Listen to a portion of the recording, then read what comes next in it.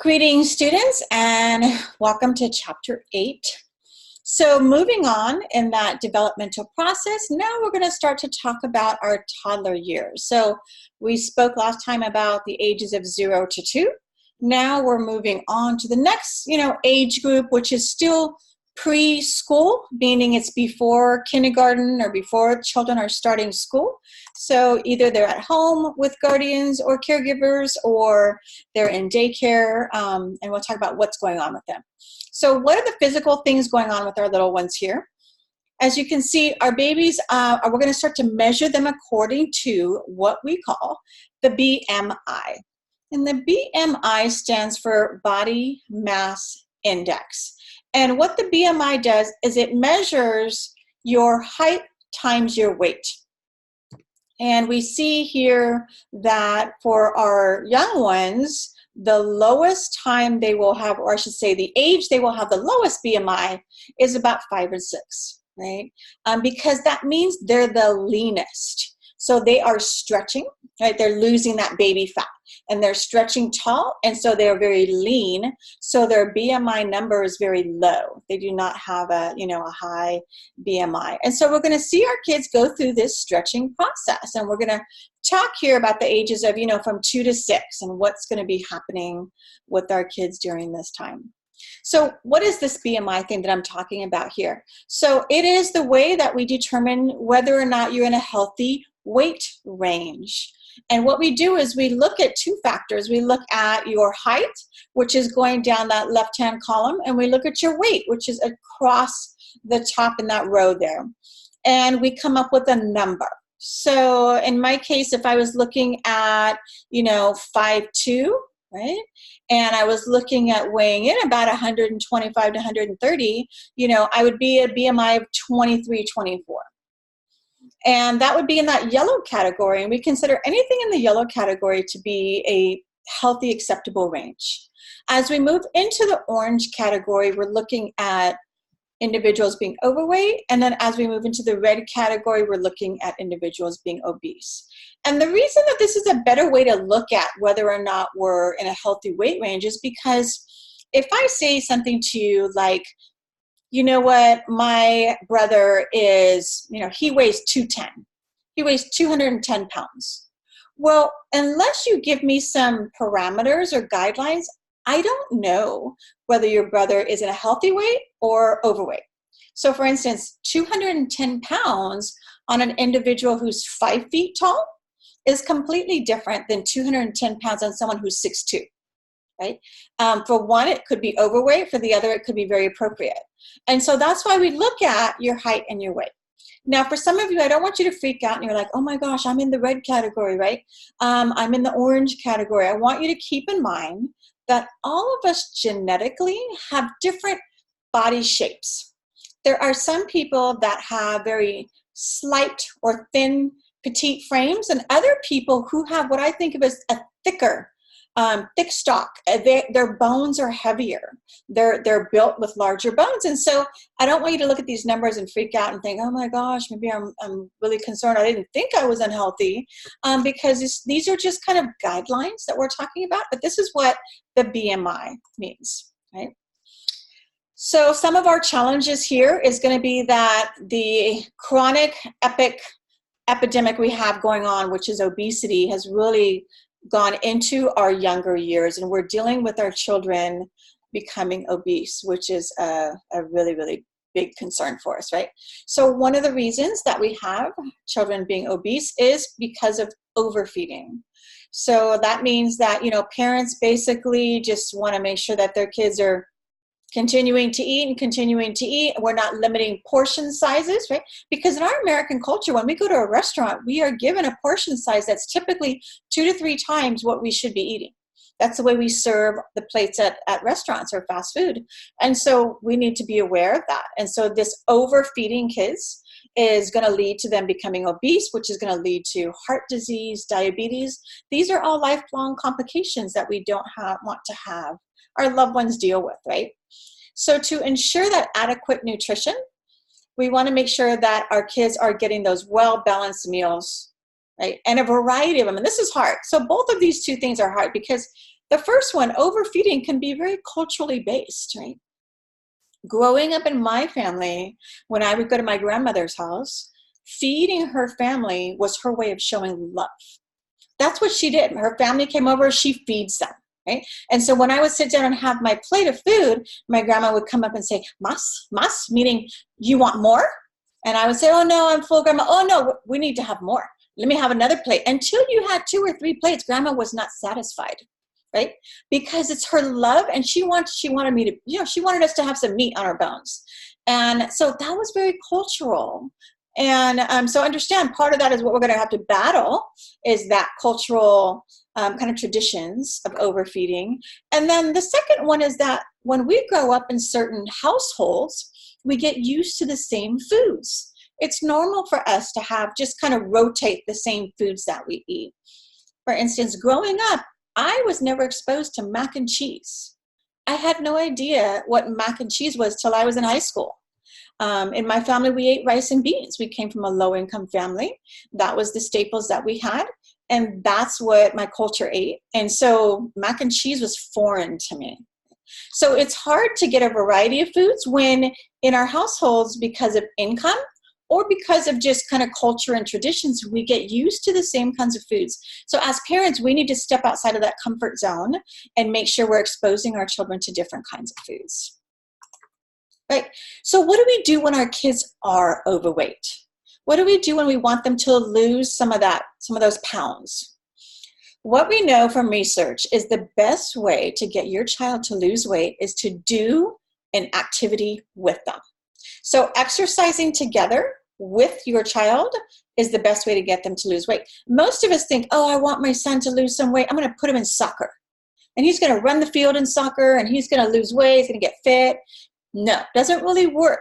What research shows that if you just either ride bikes with your child, like we see in this picture, or you walk with them, you run with them, you do something with them, your child always wants to be with you if we have a healthy relationship. And so they are going to want to please you. They're going to be motivated to be healthy and lose that weight. And so you doing something with them is what's going to help make that change, right? And again, many parents just continue to overfeed our kids, or let our kids just continue to eat and eat. And so we need to be aware of that. What is portion sizes? Take nutrition, right? I teach nutrition also. Take nutrition and understand what portion sizes are. How many snacks should kids be having a day, right? These are all things that we can learn to feed our kids appropriately. So what are our kids not getting enough of? Deficiencies. Most of our kids consume plenty of calories, meaning we're getting the caloric intake from food. However, what we're eating is probably not the best, right? Our kids tend to eat lots of sweets. In the Western society, right? Go to every market, go down every street, and you're going to find a cupcake shop. Every grocery store, Safeway, Raley's, they all have a bakery section. We like sweets, and I'm a baker, so I love sweets too. But in our Western society, we're big on sweets. In other countries and cultures, they don't have that. I have a friend, a colleague, another professor who's from China, Singapore. And she was explaining to me in China, nobody bakes. You don't find a lot of bakeries there. And one of the reasons is because the amount of electricity or gas that it takes is very expensive in China. And therefore, most people don't have an oven. They use stovetop cooking. And so there's no oven to actually do the baking. And so she said it's just not common. So for her, when she came to America, she was bombarded with sweets. She was taking pictures of everything, showing her mom back home because they don't have that. And so again, our Western society.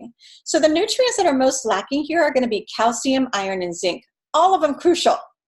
Our kids need all 3 of these, and these are the 3 the 3 nutrients with the highest proportion of not getting enough in our kids. So we need to make sure whether your child has to have a calcium supplement, whether you have to find a milk alternative, but you need to make sure they're getting calcium in particular, iron and zinc also. This is a very sad statistic. What this says is that today's children will have a shorter lifespan than you and I due to overeating and under-exercising, right? So think about it. Throughout history, our goal is to continue to improve our health. And so in 1900, the average life expectancy was 47. I would have been dead. right, by now. So the average life expectancy, people died of disease. We did not have the cures and penicillin and the things that we have today. So people died very young. Here we are, the life expectancy is, late 70s for men, early 80s for women. However, we're talking about that our children might live to be mid 70s, early 70s. So they're not going to live longer than you and I, but they would live shorter lives. And the reason is two things. Number one is not getting enough nutrients, right? So not eating a healthy diet, overeating, and then under exercising. We'll talk about how crucial exercise is. So these are things we can control. You as parents need to be doing that right now. So we know a little bit about sugar. Sugar is one of those things that definitely is going to cause what we call tooth decay. And so tooth decay is the most common disease of young children in developed nations. And so it's vital for our kids to brush their teeth at least twice a day. Right? We'd like that every day. And understand that there's certain things that your kids really don't need to have right now. Soda and diet soda being one of them. So diet soda may not have some of the sugar that regular soda has. However, it is still carbonated. And in order to carbonate and make it, when you pop a can of soda, it goes fizzles. That's the carbonation in there. And they obtain or they get that carbonation because they have this acid that they add into our soft drinks, right? I'll never forget one of the most concerning things I've ever seen is I was putting on a conference for parents. So we were doing a parenting conference, teaching parents about the best way to parent your child. And I remember seeing a parent there, and she had he might have been 12 months, 13 months old. He was pulling himself up on her knees. And I remember seeing her at the conference, and she took his bottle and she unscrewed the lid of his bottle.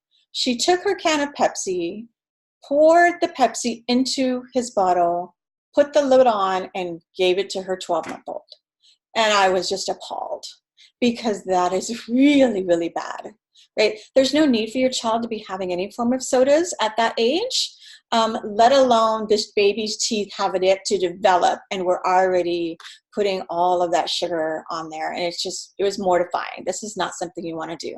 Even juice, right? So my kid's dentist would tell me that he sees kids all the time, and the kids that have cavities are the kids whose parents allow them to have a lot of juice.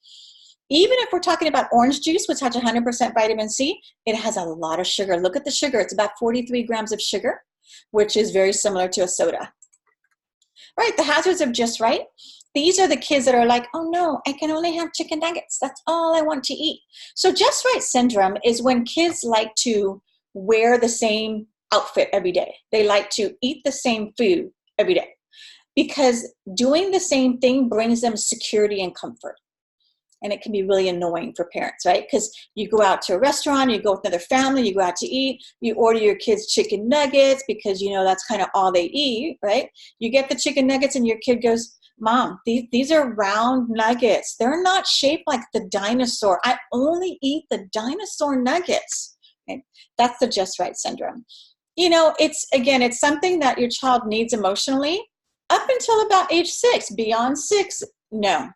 We need to start really teaching your child that they can't demand kind of the foods that they want all the time. They are emotionally capable of eating other things.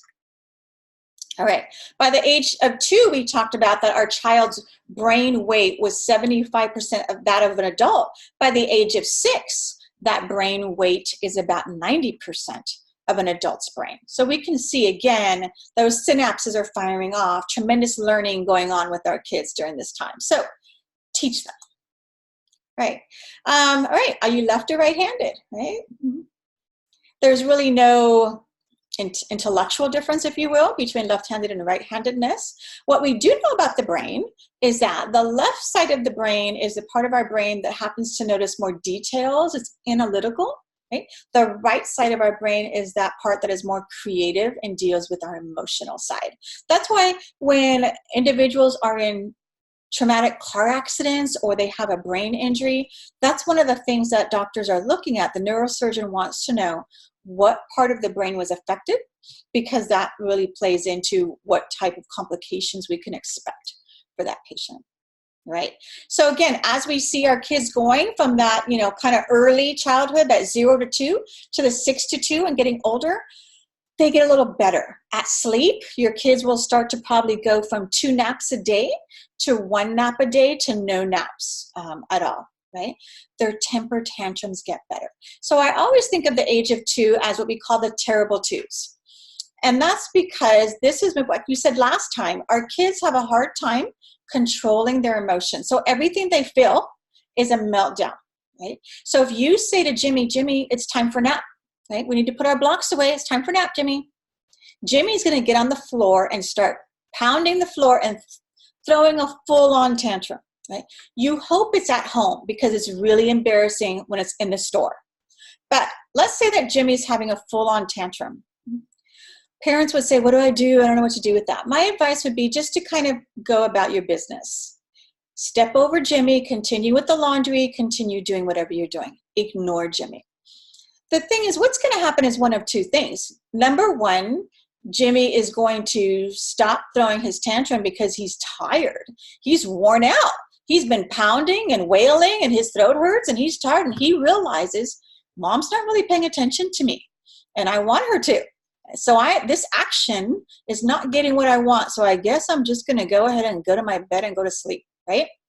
Or the other thing that happens is Jimmy falls asleep right there on the floor because he wore himself out with the tantrum and he's asleep, right? And that's what we need to do because children will learn based on your reaction. That's behaviorism. So if Jimmy learns that he threw a tantrum and you came running and you said, oh, okay, we can skip naps today. That's okay. He's going to do it again, right? And that's not what we want. Right. Another thing that's really hard for our toddlers to do is sit for a really long time with nothing to do. That's really hard for little ones to do because remember we said their brain is like this sponge. And so they're always looking, observing, wanting to know and play with things and move and do something, right? Even sitting still, tell your kid, just sit still. It's really hard for them to just sit still. That's why experienced moms, right? When you go to the doctor's office or you have to take your kids with you somewhere, you go with this big bag. And this bag has goldfish and it has, it has toys and it has everything you can think of because you need to entertain your child if you want them to be quiet and sit still there. Now, sometimes like in this picture here, if we do something like go to a place of worship every week and we take our little kids, after time, they will learn that they're expected to sit still and kind of do nothing. They'll learn that behavior. But in general, it's really hard for them. It's a challenge for them to just do that. So be aware of that. All right. So a couple different parts of our brain, and the one that we're going to focus on here because it produces our hormones is what we call the hypothalamus. So the hypothalamus produces our hormones, and our hormones pretty much regulate everything we do, right? In particular, when we are stressed out, our hypothalamus produces a hormone called cortisol. And so when we have too much of this cortisol in our body because of stress, a couple different things can happen. Number 1, you can't sleep because you're stressed out. You gain weight because you're overeating. Your body's not resting. All these things are going on because we have too much of this cortisol, and that also is not healthy for our kids. Okay. We mentioned before a little bit about our large body movements, so gross motor skills and the fine motor skills. So examples of the gross motor skills, kicking balls, riding tricycles, doing big things like that. The fine motor skills, writing your name, right? Picking up objects, something that takes dexterity and focus to be able to do is those fine motor skills. What's fascinating is if you look at these 2 pictures, we see kids using those fine motor skills, doing different things, whether we're in a country that uses chopstick and the dexterity it takes to control those chopsticks at young ages is amazing because I have a hard time doing that. Or you live in a country that uses a knife and fork and you're teaching your young ones how to use utensils. What's fascinating though is for a third of the world's population, don't have to worry about either of these because they use their hands to eat, right? Again, understand in this class what a part of the world we are, but the U.S. in itself is not, there's a much broader world out there. And so being able to put into context or understand that, yes, we use utensils, but a whole third of the world doesn't, all right? When our kids are young, we need to be concerned about environmental pollutants. We do. We want them to develop normally, and that comes with clean air. healthy, good food, all of those things. And unfortunately, we know that we are exposed to smog and we're exposed to many different harmful pollutants, right? Some of the things to be concerned about: lead, whether that lead is in the water or in the air, pesticides, even in our foods. When I teach nutrition, I talk about what we call the dirty dozen, which are the 12 foods that have the highest level of pesticides on them in our grocery store. We need to be cleaning those foods before we actually eat them. BPA. So if you go to Target or Walmart and you go to buy yourself a new water bottle, you're going to see, a lot of times you'll see a sticker on it that says BPA free. And that's because we learned that BPA is this substance found in plastic. And what happens is, as we fill up our water bottles with water, that substance was kind of leaching into the water. And we then, of course, are consuming it, which is not a good thing. So BPA, secondhand smoke, all of these things are things to be concerned about with your kids, right? So for our children, they get into a lot of accidents. We can see here in every nation, more young children die from accidents than from any other specific cause. So our kids are not dying primarily from disease. They're dying because of an accident. And sometimes that is preventable. So looking here, falls, motor vehicle accidents, car accidents, poisoning, fires, but the number one and leading cause of death in our 1 to 4 year olds is drowning. 1 to 4 years old, drowning. And this is why I would never get a pool. Even with gates and alarms, I was always terrified of my kids drowning. And now when we talk about drowning in this statistic, we are not just referring to the pool. We are saying that there are children who die in the bathtub. Whether they are unsupervised or whether there's an accident, especially our young ones, understand our toddlers, they don't have the muscle strength to push themselves up. So that if they go down, face down into water, and there's no adult or anyone to help, they cannot get themselves back up. And so we need to be concerned about drowning, whether any water, in any body of water, a child can drown. Injury control, being aware of our kids wearing their seat belts, being in the car seat. This is a big one that people don't do. I'm driving down the street all the time, and I see if I'm looking at a car coming towards me, and I'm looking at an adult driving, and I'm looking at this kid that barely see the top of their head in that front passenger seat, and I know they should not be there, right? There's really big laws now about how long your child should be in their car seat and in that booster. Because remember, our seat belts are made for adults. So my seat belt is meant to be laying flat across my shoulder. What happens with our children is, because they're shorter, that seat belt then comes like up here. And so it's not protecting them adequately if we are in a car accident. So making sure of that. What we know statistically is that under the age of 40, you are more likely to die in an accident. Over the age of 40, you are more likely to die of disease. Okay, so again, sometimes we can control these accidents. All right, let's talk about child abuse, child neglect. Both of these are under the umbrella of child maltreatment. So when we talk about child maltreatment, not treating kids right, we include both child abuse and neglect. We'll talk about the difference in those. So what is child abuse? It's the deliberate action that causes harm to your child physically, emotionally, or sexually. Right? Either of those ways is direct abuse. Neglect is a little different. Neglect is a failure to meet your child's needs in these areas, either physically, in other words, you didn't feed them, you didn't clothe them properly, anything physical. You were not keeping them safe in some way. You were putting them in harm's way. A failure to meet their educational needs. So by law, you must send your children to school. Again, I work with foster kids, and I had one young girl tell me that she was 14 and that her parents kept her home from school to watch the 2 younger kids. So she just wasn't going to school because she needed to be a babysitter. And we can't do that. Because your child has the right to a bright future. They have a right to an education to provide that bright future. And so we can't keep them home from school. And a failure to meet their emotional needs. So as a parent, you don't just get to never tell your child you love them. You can't do that. They need to hear that. You don't get to say things like, I wish you'd never been born. I'm so disappointed in you. You're good for nothing. Those are words I wish I would never hear that parents say them to these kids, because they're not right. You are hurting with your words tremendously. That old saying that we used to say, sticks and stones may break my bones, but words will never hurt me. It's a lie, total lie. I challenge you, say something to your partner, either positive or negative. If you say something positive, you're going to get tons of wonderful treatment back. But if you say something negative, it's hurtful, right? So maltreatment includes both abuse and neglect. What we know from research is that we have 3 times more neglect than we do abuse, direct abuse. So again, understand, like an example of maltreatment might be something like, I'm making dinner and I forget an ingredient and I leave my 5-year-old home alone while I run to the store. I can't do that. I can't do that by law. And I can't do that because it puts my child in harm's way. What can my child do while I'm gone? 1,000 things, right?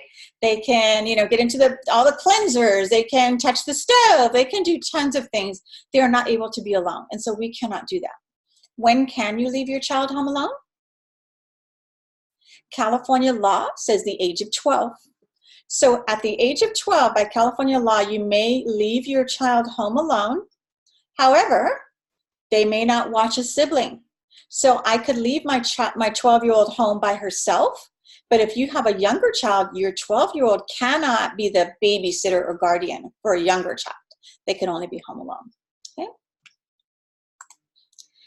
All right, so why do we think physical and emotional abuse have declined in the past decades, but sexual abuse and neglect have not?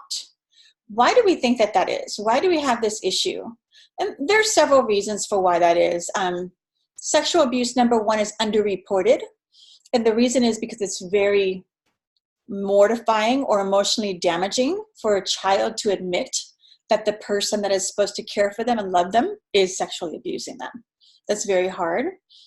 Another reason is, again, think of our Western society. We have a very sexualized society. Pornography is free. I mean, it's just rampant and free and available, right? We have child pedophiles who have whole, online group websites and all these different things. So we struggle with the sexualization. Look at our billboards. Our media has really promoted this kind of sexuality. And therefore, we unfortunately see an increased incidence of our kids being sexually abused, right? Of my 2 foster daughters that I've had live with me, both of them came from sexual abuse and by their guardians and loved ones. And, it sometimes went on for years before they were able to either talk about it or to have an adult believe them when they did talk about it. And it angers me, right? All right, so some of the things you can read through, some of the things to look for. PTSD is something that most of us, when we hear the term PTSD, we think of veterans. We think of post-traumatic stress disorder, and we think of our veterans coming back from war and all that. And actually, we have a lot of children experiencing PTSD.